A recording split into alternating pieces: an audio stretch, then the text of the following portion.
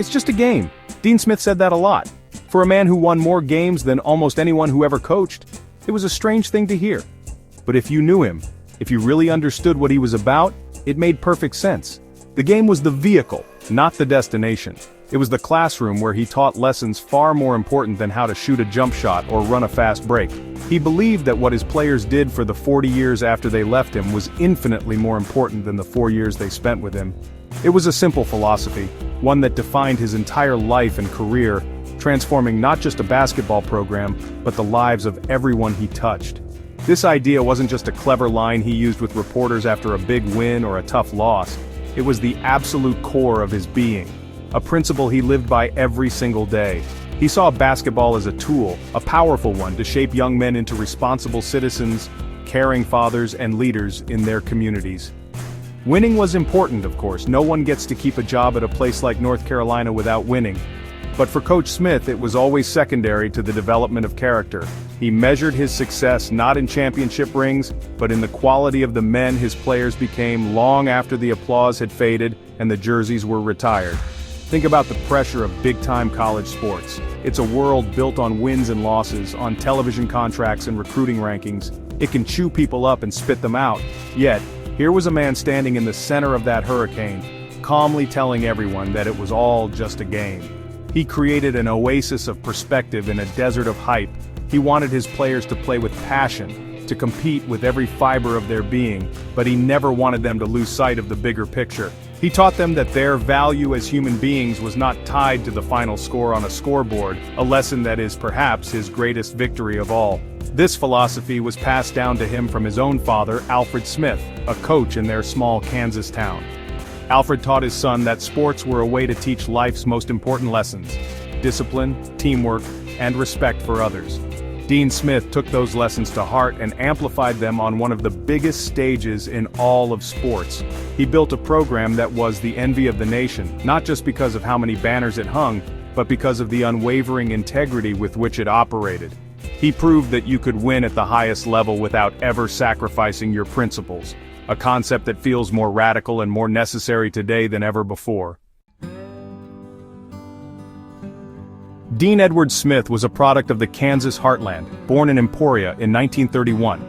His story didn't begin under the bright lights of a packed arena, but on the dusty courts of a state steeped in basketball history. His father, Alfred, coached the Emporia High Spartans to a state title in 1934, and crucially, he did so with the first black basketball player in the tournament's history on his team. This early lesson in courage and equality was not lost on young Dean. He grew up in a household where doing the right thing was more important than doing the popular thing. This foundation of moral clarity would become the bedrock of his entire coaching career. He was a good athlete himself, not a superstar, but a smart and steady player. He played basketball at the University of Kansas, a place that is to basketball what Rome is to history. His coach was the legendary Forrest "Phog" Allen, who himself had been coached by Dr. James Naismith, the inventor of the game. Smith was on the Kansas team that won the NCAA championship in 1952. He wasn't the star player. He was the guy who understood the game, the one who saw the patterns and angles that others missed.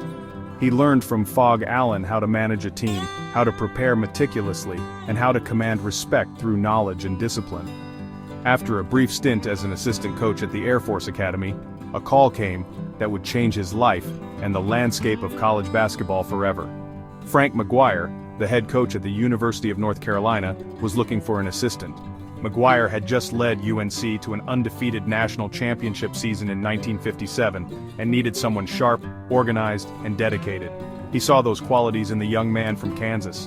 In 1958, Dean Smith packed his bags and headed east to Chapel Hill, a place that would become his home and his legacy for the next 4 decades. When McGuire left for the NBA in 1961, the university's chancellor, William Aycock, made a decision that was met with widespread skepticism. He promoted the quiet 30-year-old assistant, Dean Smith, to head coach. The early years were difficult.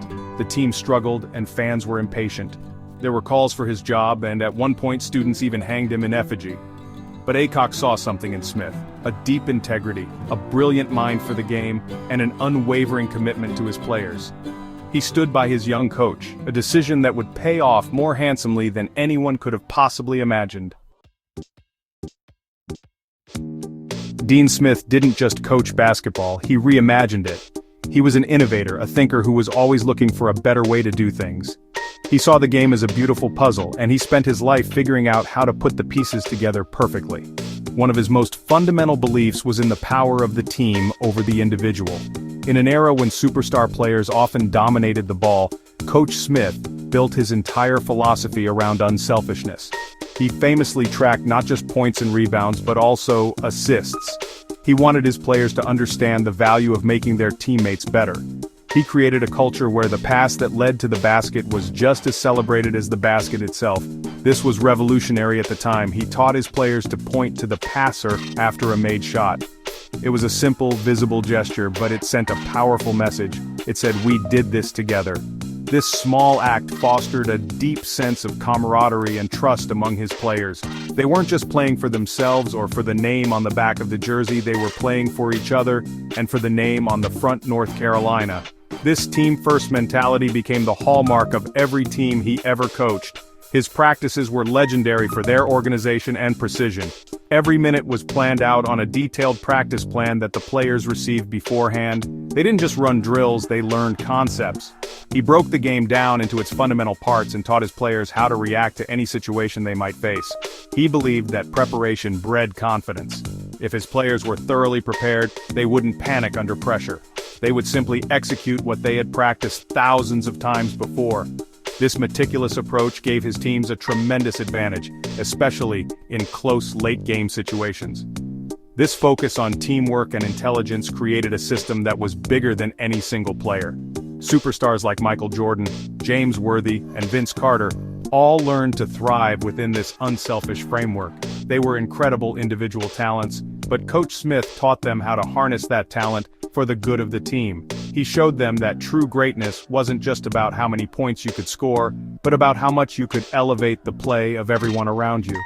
It was a powerful lesson that not only led to countless victories but also prepared his players for success in life, where teamwork is a vital skill.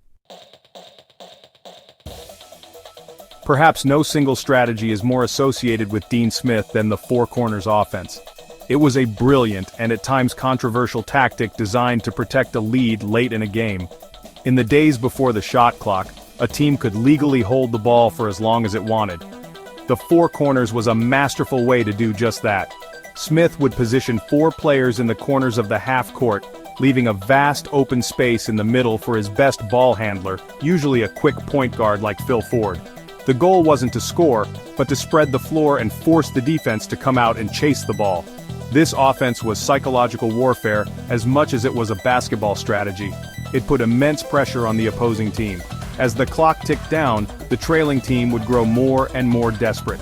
They would have to leave their defensive positions and gamble for steals, which often led to fouls or easy layups for the Tar Heels. The four corners was the ultimate display of discipline, ball control, and teamwork. It required every player on the floor to be patient and precise, moving without the ball and being ready to receive a pass at any moment. It was boring to some, but to basketball purists, it was a work of art. The strategy became so effective that it literally changed the rules of the game. Opposing coaches and fans complained that it took the action out of the final minutes. They argued it was a negative tactic that stalled the game. In response to the widespread use of the four corners and other stall tactics by teams around the country, the NCAA was eventually compelled to introduce the shot clock in 1985. In a way, it was the ultimate compliment to Dean Smith. His strategy was so dominant that the governing body of the sport had to fundamentally alter the rules to counteract it. He had outsmarted the game itself, but the four corners was more than just a stall tactic. It embodied Smith's entire philosophy. It was about control, intelligence, and putting the team in the best possible position to win. It required unselfishness, as players had to resist the urge to take a quick shot. It demanded poise under pressure, as the point guard had to handle the ball while being chased by defenders. And it was the ultimate expression of trust. Trust in the system, trust in the coaches, and trust in each other. While the four corners may be a relic of a bygone era, the principles behind it, preparation, discipline, and teamwork, remain at the heart of North Carolina basketball to this day. For Dean Smith, the student part of student athlete was not just a suggestion, It was a requirement. He ran his program with the firm belief that a college education was the most valuable thing his players would gain at North Carolina. Honestly, he was intensely proud of his players' academic achievements, often even more so than their on-court accomplishments. He monitored their grades closely, and made it clear that if they didn't perform in the classroom, they wouldn't see playing time on the court. Sure, he wanted to win championships, but he was even more determined to see his players walk across the graduation stage. The results of this emphasis were, well, staggering. During his 36 years as head coach, an incredible 96.6% of his lettermen graduated. This was an unheard-of statistic in the high-pressure world of big-time college sports, where academic casualties are all too common. Coach Smith didn't just hope his players would graduate, he created a structure to ensure it. He had a dedicated academic advisor and a system of tutors and study halls long before it was standard practice. He personally met with professors to check on his players' progress. He saw it as his personal responsibility to make sure they left Chapel Hill with a meaningful degree. His commitment didn't end when a player's eligibility was up either. If a player left early for the pros without finishing his degree, Coach Smith stayed on him. He would call them, write them letters, and encourage them to come back to Chapel Hill in the off-season to finish their coursework. Michael Jordan, a global icon who left for the NBA after his junior year, returned to campus to complete his degree in geography in 1986. He did it because he had made a promise to Coach Smith. And, this was a pretty common story. Dozens of players came back years later to fulfill that promise, a testament to the profound and lasting influence Smith had on their lives. This focus on education was part of his larger mission to develop the whole person, not just the basketball player. He taught his players about money management, how to dress for an interview, and the importance of a firm handshake and looking someone in the eye. He called it the Carolina Way. It was a code of conduct that emphasized class, integrity, and responsibility on and off the court. He was, in fact, preparing them for the next 40 years of their lives, not just the next 40 minutes of a game.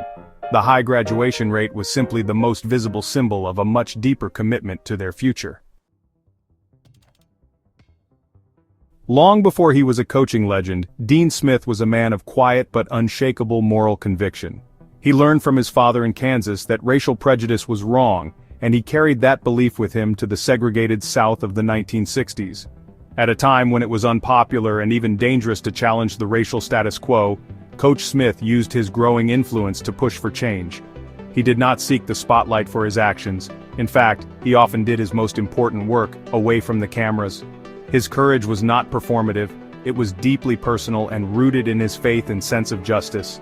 In 1964, with the help of his local pastor, Smith went with a black theology student to a Chapel Hill restaurant that was still segregated. They sat down and were served, an act that helped to quietly integrate the establishment. This was not a grand protest but a simple, powerful act of human decency. He believed that segregation was morally indefensible and he was not willing to stand by and accept it. He saw an injustice and without fanfare, he did what he could to correct it. This was the same man who would later instruct his team managers to schedule meals only at integrated restaurants when they traveled for road games. His most significant public act against segregation came in 1966. At the time, no black player had ever received a scholarship to play a varsity sport at the University of North Carolina. The Atlantic Coast Conference was slowly beginning to integrate, but the process was fraught with tension. Dean Smith knew it was time for UNC to take that step. He actively recruited a talented player from New York City named Charlie Scott. In doing so, Smith broke the color barrier at UNC, signing Scott as the university's first black scholarship athlete. It was a landmark moment for the university and for the South. Bringing Charlie Scott to Chapel Hill was not an easy decision. Smith faced criticism and resistance from some alumni and fans. Scott himself had to endure racist taunts and immense pressure both on the road and sometimes even at home. But Coach Smith stood by him, creating a supportive environment within the team. He made it clear to everyone in the program that Charlie was a Tar Heel, and he was to be treated with the same respect as any other player. Scott went on to become an All-American and an Olympic gold medalist, paving the way for generations of black athletes who would follow him to Chapel Hill and across the South. It was a victory for civil rights that was as important as any championship. When you look at the numbers, Dean Smith's career is simply staggering.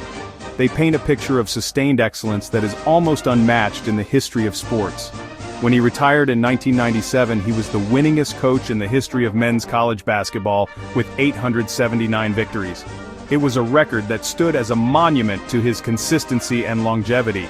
He didn't just have a few great seasons, he built a program that was a national contender year after year for more than 3 decades. His teams were a fixture in the national polls and a perennial threat to win it all. His teams reached the NCAA tournament an incredible 27 times, including 23 consecutive appearances from 1975 to 1997. Once they got there, they almost always made a deep run. Under his leadership, North Carolina reached the Final Four 11 times. This remarkable consistency speaks to his ability to prepare his teams for the intense, single-elimination pressure of March Madness. He finally broke through to win his first NCAA championship in 1982, with a team led by future legends James Worthy, Sam Perkins, and a freshman guard named Michael Jordan. He would add a second national title in 1993, cementing his status as one of the all-time greats. Beyond the NCAA titles, his teams won 13 ACC tournament championships and finished first in the ACC regular season 17 times. The ACC was, for much of his career, the toughest and most competitive conference in the country, featuring legendary rival coaches like Mike Krzyzewski at Duke, Jim Valvano at NC State, and Lefty Driesel at Maryland. To dominate such a league for so long is a testament to Smith's genius as a strategist and his ability to recruit and develop top talent year after year. He set a standard of excellence in the ACC that all others are still measured against. But perhaps the most telling statistic of all is this: Dean Smith never had a losing season in his 36 years as a head coach. Think about that for a moment. Through rebuilding years, through injuries, through changes in the game, his teams always found a way to win more than they lost. This speaks to the power of his system and the culture he created. Players came and went, but the Carolina way endured. The numbers are overwhelming: 879 wins, 2 national titles, 11 Final Fours, but they only tell part of the story. They are the product of a man who was brilliant, disciplined, and completely dedicated to his craft. The list of players who learned the game under Dean Smith reads like a who's who of basketball history. He didn't just recruit great players, he coached them to be even better. He had an incredible eye for talent, but he also had a unique ability to develop that talent within his team-first system. The most famous of all, of course, is Michael Jordan, widely considered the greatest basketball player of all time. Jordan arrived in Chapel Hill as a gifted athlete and left 3 years later as a national champion and a future superstar, having learned the fundamentals and discipline that would define his professional career. But the dynasty of talent began long before Jordan and continued long after he left. In the 1970s, players like Bob McAdoo, Bobby Jones, Walter Davis, and Phil Ford established Carolina as a national powerhouse. In the 1980s, the championship era was built on the shoulders of James Worthy, Sam Perkins, Brad Daugherty, and Kenny Smith. The 1990s brought another wave of incredible players, including George Lynch, Eric Montross, Rasheed Wallace, Jerry Stackhouse, Vince Carter, and Anton Jameson. In total, more than 50 of his players went on to play in the NBA, a stunning testament to his ability to prepare them for the next level. What is perhaps even more remarkable is the coaching tree that grew from his program. Dozens of his former players and assistant coaches went on to have successful coaching careers of their own, spreading his philosophies throughout the basketball world. Legends like Larry Brown and Roy Williams, both Hall of Fame coaches, got their start under Smith. George Karl, Eddie Fogler, and many others carried the lessons they learned in Chapel Hill to other programs. They all taught the same core principles: play hard, play smart, and play together. This coaching tree is one of his most enduring legacies, ensuring his influence on the game continues to be felt across the country. This success was not an accident. Coach Smith created an environment that players wanted to be a part of. He called it the Carolina family. It was a genuine bond that connected every player who ever wore the Carolina blue uniform. He stayed in touch with his former players throughout their lives, offering advice, support, and friendship. He attended their weddings and celebrated the births of their children. When they called him, he was always there for them. This deep personal connection was the secret to his success. He wasn't just building a basketball team, he was building a family for life. When Dean Smith passed away in 2015, the world mourned the loss of more than just a basketball coach. It mourned the loss of a great man, a moral compass for the world of sports and beyond. His legacy is not just measured in the 879 games he won, or the championship banners that hang in the arena that bears his name. His true legacy lives on in the hearts and minds of the hundreds of players he guided, the coaches he mentored, and the countless people he inspired with his quiet dignity and unwavering integrity. He showed the world that you can achieve the highest levels of success without ever compromising your values. He was a man who understood his platform. He knew that being the head coach at North Carolina gave him a powerful voice, and he chose to use that voice to speak for those who couldn't. His courageous stand for racial equality, from integrating a local restaurant to recruiting Charlie Scott, sent a powerful message that resonated far beyond the basketball court. In a world that often rewards the loud and the self-promoting, Dean Smith led with quiet strength and humility. He did the right thing not for the applause it might bring, but simply because it was the right thing to do. On the court, his innovations changed the way the game is played and coached.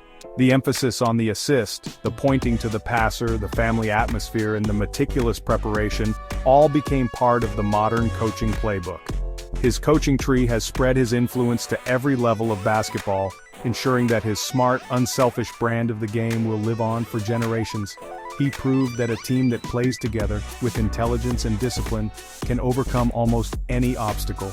His teams were a reflection of the man himself, classy, prepared, and fundamentally sound. In the end, Dean Smith's life reminds us of his favorite phrase, "It's just a game." He used the game of basketball to teach lessons about life, about loyalty, discipline, courage, and compassion. He was a Hall of Fame coach, but he was an even better teacher and role model. In his will, he famously left a check for $200 to each of his former lettermen, with the instruction to enjoy a dinner out. It was his final coaching move, one last way of saying thank you and reminding them they were all still part of his family. That gesture perfectly captured the essence of Dean Smith, a man who cared more about the people than the points, and whose legacy is ultimately one of love.